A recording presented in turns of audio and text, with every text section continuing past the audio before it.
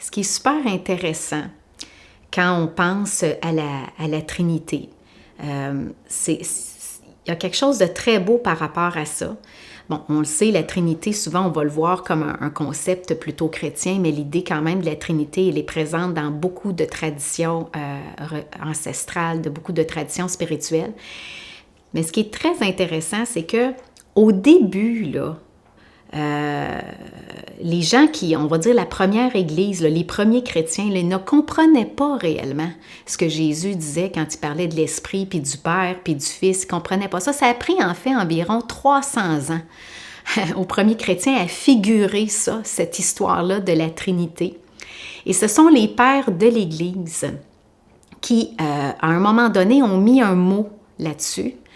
Et le mot qu'ils ont choisi de mettre était un mot grec qui signifie cercle de danse, chorégraphie.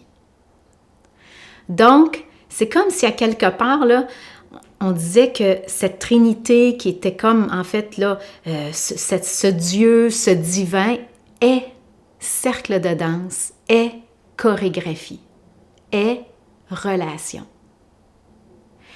Et ça, pour moi aujourd'hui, c'est vraiment ça qui me parle énormément. Parce que quand on regarde, en fait, l'univers, le fondement de l'univers, puis quand on regarde ne serait-ce que l'atome qui est composé de protons, neutrons, électrons, ce sont tous ces éléments en relation qui font l'atome.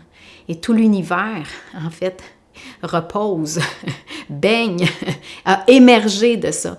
Donc, la relation, elle est au cœur de qui nous sommes profondément, de cette source aussi dans laquelle on baigne. Alors, c'est ce qui fait du sens pour moi aujourd'hui, cette idée de relation. Et c'est ce qui fait aussi en sorte que la ligne entre intérieur et extérieur s'estompe.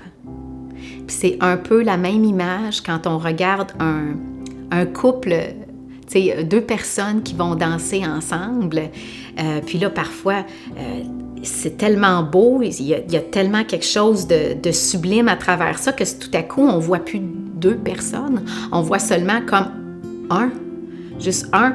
Et il y a pour moi à chaque fois ce sentiment de dire, OK, il y a deux, mais on dirait qu'il y a il y a un troisième élément là, qui fait que là, ça devient un et on ne voit plus la séparation, on ne voit plus cette dynamique aussi intérieure-extérieure. C'est juste sublime, c'est absurde, puis c'est transcendant en fait. Il y a quelque chose même de transcendant à travers ça.